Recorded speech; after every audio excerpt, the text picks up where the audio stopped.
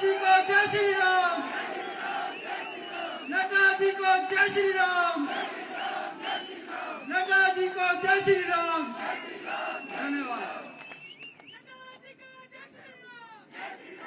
बोलिए भारत माता की, भारत माता की, भारत माता की।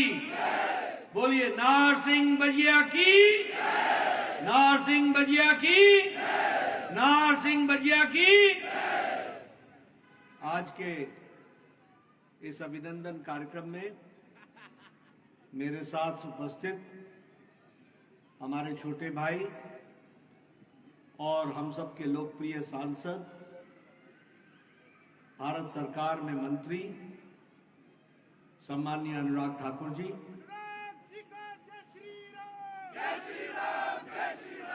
आज के इस कार्यक्रम में उपस्थित हमारे वरिष्ठ सहयोगी और पूर्व में हिमाचल प्रदेश के मुख्यमंत्री रहे और अभी विपक्ष के नेता, प्रतिपक्ष के नेता सम्माननीय जयराम ठाकुर जी,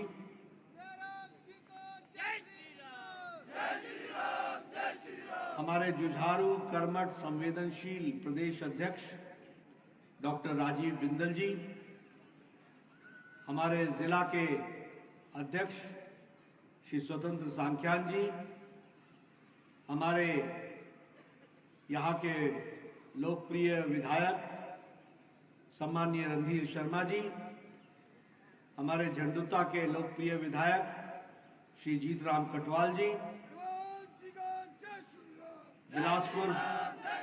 बिलासपुर सदर के विधायक श्री त्रिलोक जम्वाल जी, पूर्व में विधायक रहे भाई राजेंद्र गर्ग जी, पूर्व सांसद हमारे वरिष्ठ सहयोगी श्री सुरेश चंदेल जी, प्रदेश के महामंत्री श्री त्रिलोक कपूर जी, सम्मानित मंच और यहाँ इतनी बड़ी संख्या में एकत्र आए देवी और सज्जनों और हमारे युवा साथी जो जोश से ओतप्रोत हैं और हमारे मीडिया के साथी, प्रिंट मीडिया और इलेक्ट्रॉनिक मीडिया के मेरे साथी, आज आप सब लोगों ने बहुत ही अल्प सूचना में परसों ही आपको बताया गया कि मेरा आने का कार्यक्रम बना है और आप सब लोगों ने इतनी बड़ी संख्या में इस कार्यक्रम में आप शामिल हुए। सबसे पहले तो आप सबका हार्दिक अभिनंदन है, आप सबका स्वागत है। मैं जब बिलासपुर आता हूं तो मन में कौतूहल होता है, उत्सुकता होती है, साथ में भावुक भी होता है, क्योंकि ये फौजियों का इलाका है और फौजी जब देश के सरहदों से लौट करके घर आता है और विजय होकर के आता है तो उसके मन में एक विशेष कौतूहल होता है, एक उत्सुकता होती है अपने साथियों से मिलने की। ये चुनाव भी एक तरीके का रण ही होता है और इस चुनाव में जब हमको सुनने को मिलता है कि पता नहीं क्या होगा, 4 में से 1 आएगा, 1.5 आएगा, 2 आएगा, और हमारे सभी साथी हमको फोन करके पूछते हैं कुछ गड़बड़ सुन रहे हैं, कुछ गड़बड़ सुन रहे हैं, क्या है, क्या है। उस समय आप समझ सकते हैं कि हम लोगों की भी स्थिति कैसी होती है। लेकिन ये देश की राजनीति का बदलता परिवेश है। 21वीं शताब्दी सात्विक ताकतों की शक्ति की ताकत की समय है और ये मोदी जी का समय है और मोदी जी के नेतृत्व में हम 1 नहीं 5 में से 3 में जीत करके आते हैं और 2 में भी अपने आप को स्थापित करके आते हैं। मित्रों, यह जीत जो 3 राज्यों में हमें मिली है, इसने जो हमारे तथाकथित जो राजनीतिक पंडित हैं उनको भी स्तब्ध किया है, क्योंकि वो राजनीति के गणित को पहचान नहीं पाते, वो राजनीति की गहराइयों को जान नहीं पाते, वो समझ नहीं पाते कि ये कैसे हो गया। यहां तो मीडिया ये लिख रहा था छत्तीसगढ़ तो गया, मध्य प्रदेश तो संभला नहीं, राजस्थान में शायद पटकन्नी खा जाए, और जब 3 दिसंबर को नतीजे आते हैं, एक के बाद एक सभी जगह सरकार बनती है, तो उनके राजनीतिक पंडितों के दिमाग चकराते हैं। लेकिन मैं आपको बताना चाहता हूं मित्रों, राजनीति करने के अर्थ बदल चुके हैं। कांग्रेस के लोग जितने जल्दी समझ लें, ये उनके लिए अच्छा रहेगा। मोदी जी ने राजनीति की संस्कृति बदल डाली है। अब वो संस्कृति नहीं है जो नेता वायदा करके भूल जाए और 5 साल बाद फिर आ जाए और नए सब्ज बाग दिखा करके फिर से किसी के हाथों से वोट ले जाए। अब संस्कृति बदल चुकी है। मोदी जी ने कहा है कि जो कहा था वो किया है, जो नहीं कहा था वो भी करके दिया है। इस बात ये जानी जी सड़क इस पास से इस पास से कोई सी ने बोलना कि मेरा गांव छूटी गया, कोई गल नहीं, कल अगले दिन उसका भी चूना लगा देना, ये भी करवर कर। होता था कि नहीं होता था? होता था कि नहीं? और चुनाव हुए नहीं, बारिश आई नहीं, चूना साफ हुआ नहीं और आपको चूना लगा नहीं, इस तरीके की स्थिति खड़ी है। ये था कांग्रेस के जमाने का हाल। पानी आना जी, पानी आना जी, पानी पाइपा सटोई गया, ये देखो पाइपा, ये देखो पाइपा। वोट लिए, रात को गाड़ी बुलाई, पाइपे वापस ली और फिर आईपीएस डिपार्टमेंट पहुंचा दी। होता था कि नहीं होता था? होता था कि नहीं होता? ये लोगों ने देखा है। ये उज्ज्वला योजना, जब प्रधानमंत्री मोदी जी ने कहा हम गैस का चूल्हा देंगे, हम सिलेंडर देंगे, लोगों ने कहा क्या नहीं गल होया करती, क्या नहीं बात होया। बोलते थे कि नहीं बोलते थे? मैं गांव में रहा हूं, आप बताइए, बहनें हमारे को बताएं, माताएं हमारे को बताएं कि आप 15 साल पहले सुबह सुबह उठकर जंगलों में जाकर के पेड़ काट करके लाया, तो पेड़ टहनियां काट के लाती थी कि नहीं लाती थी? बोझा लाती थी कि नहीं लाती थी? लकड़ियों को सुखाती थी कि नहीं सुखाती थी? और लकड़ी के माध्यम से जो चूल्हा जलाती थी तो धुआं खाती थी कि नहीं खाती थी? याद है ना वो फू फू। अब देखिए बहनें हंसने लगी। आज कहां गई वो? उसको क्या बोलते थे? पैपड़ू। आज कहां गया वो पैपड़ू? भूल गए लोग। आज 5 मिनट के अंदर टक से लाइटर जलाया और गैस जलाया, आधे घंटे में भोजन, 5 मिनट चर्चा। होता है कि नहीं होता है? ये महिलाओं का सशक्तिकरण हुआ कि नहीं हुआ? हुआ कि नहीं हुआ? मैं जब पहली बार एमएलए बना तो मैं बंदला चला गया। वहां मुझे एक बूढ़ी महिला मिली। मैंने कहा श्याणी क्या हालचाल? श्याणी क्या हालचाल? बोलने लगी आज आया तू? मैंने कहा आऊंदा ही रहता। मैं कहा होया क्या? होया क्या? ये देख, बाढ़ नहीं रहे, घड़ा उठा उठा करके नीचे से पानी ला ला करके मेरा हाल ये हो गया। ये बंगले में मैंने सुना था। आज मैं दावे के साथ कह सकता हूं कि मोदी जी की सरकार में हर घर जल करके दिया है। ये हमको उत्तर है।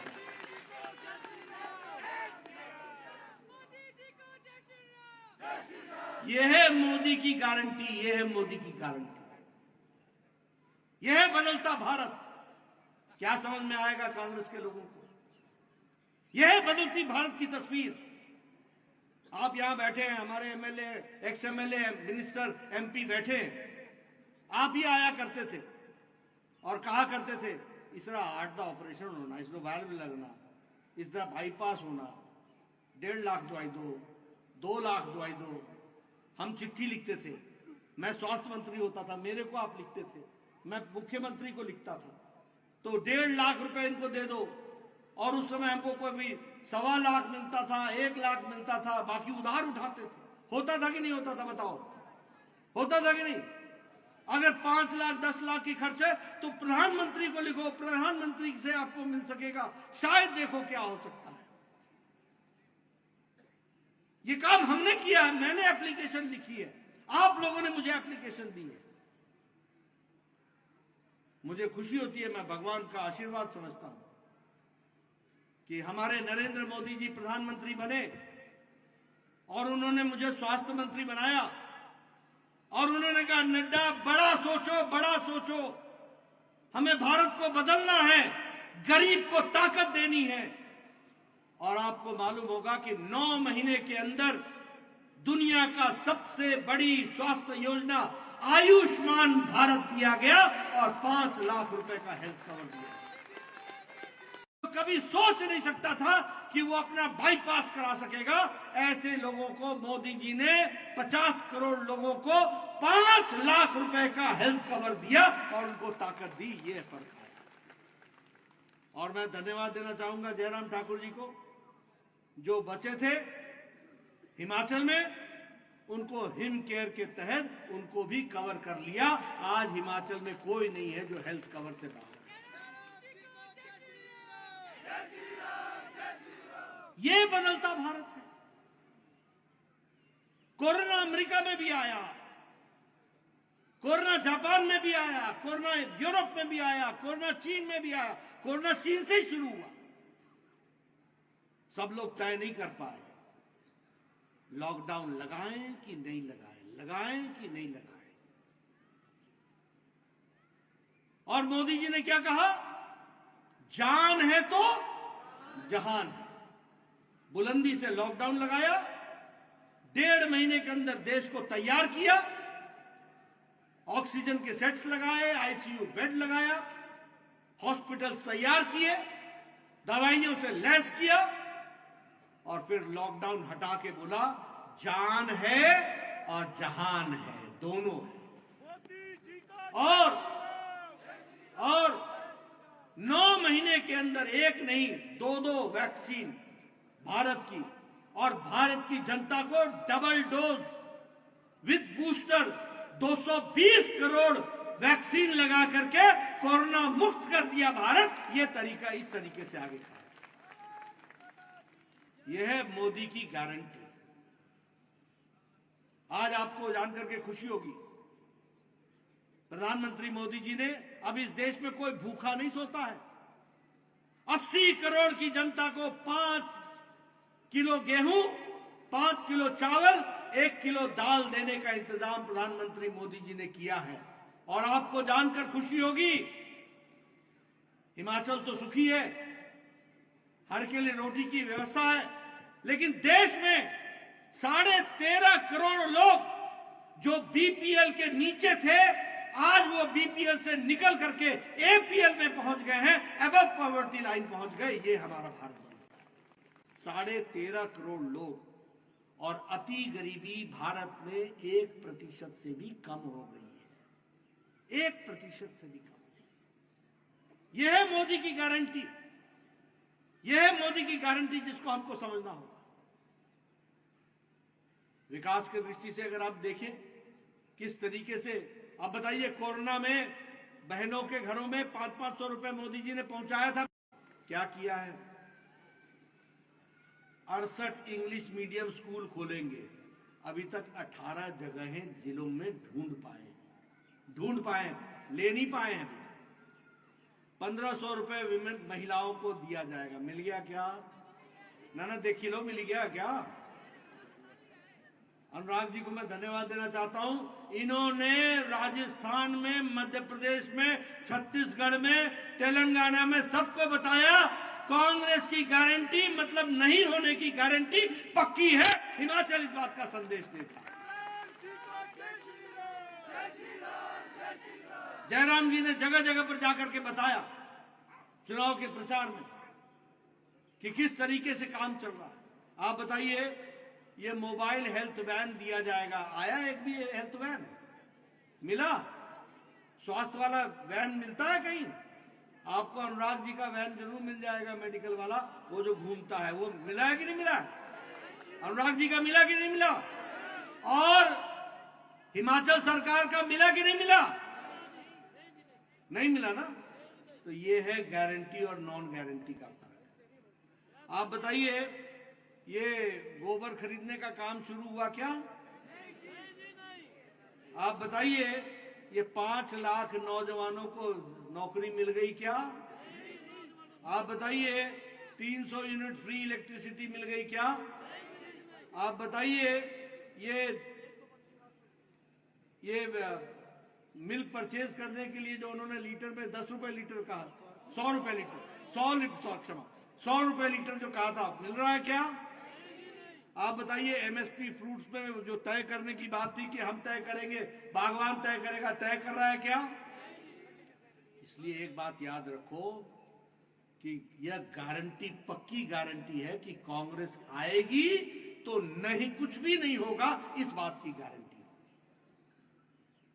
यह आपके मैं सामने में कहना चाहता हूं। मित्रों, इस चुनाव की दृष्टि से मैं अनुराग जी और जयराम जी का भी धन्यवाद देना चाहता हूं। पार्टी के राष्ट्रीय अध्यक्ष के रूप में इन लोगों ने दिन रात मेहनत की।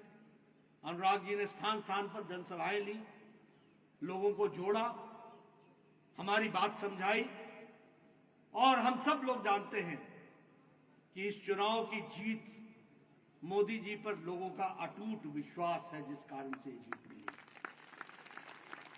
अटूट विश्वास है। और उन्होंने भारत को मजबूत करने के लिए कोई कसर नहीं छोड़ी है, गांव को मजबूती दी है। यहां बैठे हुए हमारे बहुत से पूर्व प्रधान हैं, हमारे टैगोर साहब भी बैठे हैं। पुराने दिन भी आपको मालूम है और आज के दिन भी मालूम है। पुराने दिन में मुझे याद है, मेरा वीडियो आता था 94 में, बोलता था भाई साहब, मैं बोलता था हाँ बोलो वीडियो साहब। बोला आपको खुशखबरी सुनानी है, आपको इंदिरा आवास में एक पंचायत में 2 घर मिले हैं, किसको दें? मैं कहता था तू ही रख ले यार, मैं क्या बात करूं। आज मोदी जी के राज में 4 करोड़ प्रधानमंत्री आवास योजना में पक्के घर दिए गए हैं, और वह भी उज्ज्वला योजना के साथ, शौचालय के साथ और कोर्ट यार्ड के साथ ये पक्के घर दिए गए। ये हमको ध्यान रखना, ये फर्क है। इसलिए चाहे हम किसी भी विकास की योजना को उठा ले, मैं कहीं किसी भी बारे में चर्चा, जनधन योजना, 3.25 करोड़ बैंक के खाते खुले थे, 3.25 करोड़। आज 55 करोड़ बैंक के खाते खुल गए, 55 करोड़। आज भारत की अर्थव्यवस्था इनफॉर्मल इकोनॉमी से फॉर्मल इकोनॉमी में जा रही है। अब ये काले धन वालों को पेट में दर्द तो होगा ही होगा ना, जिनकी अलमारियों से नोटों की गड्डियां निकलती हों। यहां सारे लोकसभा का चुनाव की गिनती एक दिन में पूरी हो जाती है, लेकिन ये नोटों की गड्डियों की गिनती 3-3, 4-4 दिन में पूरी नहीं होती। ये ऐसा है कांग्रेस का पेट और ऐसा है इनका भ्रष्टाचार, ये हमको समझना चाहिए। आप बताइए, ऐसे लोगों को रहना चाहिए क्या? ऐसे लोगों को आगे आने देना चाहिए क्या? यहां हिमाचल में भी आपको 1 साल में स्वाद मिल गया ना? मिल गया कि नहीं मिला? मिल गया कि नहीं मिल गया? मित्रों, मैं आपसे एक ही बात कहने आया हूं। ये ठीक है, आपने अभिनंदन किया, ये अभिनंदन आदरणीय प्रधानमंत्री मोदी जी का है, ये अभिनंदन राजस्थान की जनता का है, यह अभिनंदन छत्तीसगढ़ की जनता का है, यह अभिनंदन मध्य प्रदेश की जनता का है, और मैं तेलंगाना की जनता और मिजोरम की जनता को भी धन्यवाद करता हूं, जिन्होंने हमारा वोट शेयर वहां भी बढ़ाया है। तेलंगाना में हमको 7% वोट मिला था, अब हमको 14% वोट मिला है। हमारे 1 एमएलए होता था, हमारे 8 एमएलए बने हैं। मिजोरम में हमारा 1 एमएलए होता था, हम 2 हो गए। मैं आपको दावे से बताता हूं, आने वाले अगले विधानसभा में तेलंगाना में हम सरकार बनाएंगे, इस बात का मैं आपको विश्वास दिलाता हूं। मोदी जी पर विश्वास करके आगे चल रहे हैं। इसलिए मैं एक ही बात आप सबसे निवेदन करने आया हूं कि हम सब लोगों को पूरी ताकत के साथ, अभी ये कुछ बातें हुई जिसके बारे में ये आपदा के बारे में चर्चा हुई और आपदा के राशि के बारे में चर्चा हुई, मैं आपको उसके बारे में भी बताना चाहता हूं। देखिए, मैं पत्रकार बंधुओं के माध्यम से एक बात कहना चाहता हूं। हिमाचल मोदी जी का अपना घर है। मोदी जी ने हिमाचल को हमेशा अपना समझा है। जब यहां पर विपदा आई, तुरंत प्रधानमंत्री जी ने कहा, नड्डा हिमाचल कब जा रहे हो? मैंने कहा आज ही जा रहे हो। बोला हाँ जरूर जाइए। मैं और अनुराग ठाकुर जी आए थे, जयराम जी ने हमको ज्वाइन किया। 10 जुलाई को हम आए थे और उस समय पहली किश्त 180 करोड़ रुपए की हमने दी थी। उसके बाद हम फिर आए 20 जुलाई को और उस दिन भी हमने 180 करोड़ रुपए की किश्त दी थी। यानी जुलाई महीने के 1-1.5 सप्ताह के अंदर हमने 360 करोड़ रुपए उस समय दिए थे। और उसी समय ये हमारे सड़कों के लिए, रिस्टोरेशन के लिए 400 करोड़ रुपए अलग से दिए थे, 400 करोड़ रुपए। और उसी तरीके से अगस्त महीने में हमने 189 करोड़ 199 करोड़ रुपए हमने उस समय हमने दिए थे। हमने मतलब भारत सरकार, आदरणीय प्रधानमंत्री मोदी जी ने दिए। और उसी तरीके से 20 अगस्त को फिर से 200 करोड़ रुपए प्रधानमंत्री मोदी जी ने दिए। और 12 दिसंबर को, यानी अभी 3-4 दिन पहले, आज 16 तारीख है, 4 दिन पहले 633 करोड़ रुपए हिमाचल को दिए गए। 633। कुल मिलाकर के अगर देखा जाए तो सिर्फ राहत के रूप में 1782 करोड़ रुपए से ज्यादा दिया गया राहत के। और घरों को बनाने के लिए 11,000 घरों को बनाने के लिए 2,500 करोड़ रुपए अलग से हिमाचल सरकार को दिया गया। और प्रधानमंत्री ग्रामीण सड़क योजना में 2,700 किलोमीटर के लिए उस योजना के तहत भी पैसा दिया गया है। यानी इसलिए मित्रों, चाहे राहत की बात हो, आप बताइए 1782 करोड़ रुपए खर्च हो गए क्या? आप बताइए 1100 मकानों के लिए दिए गए पैसा खर्च हो गया क्या? 11,000 मकानों को। मैं जब आपके स्टेटमेंट सुनता हूं तो मुझे पता लगता है कि राहत में भी बंदर बांट हो रही है। अपना पराया देखा जा रहा है। कौन सा पंचायत का प्रधान हमारा है और कौन सा दूसरा है।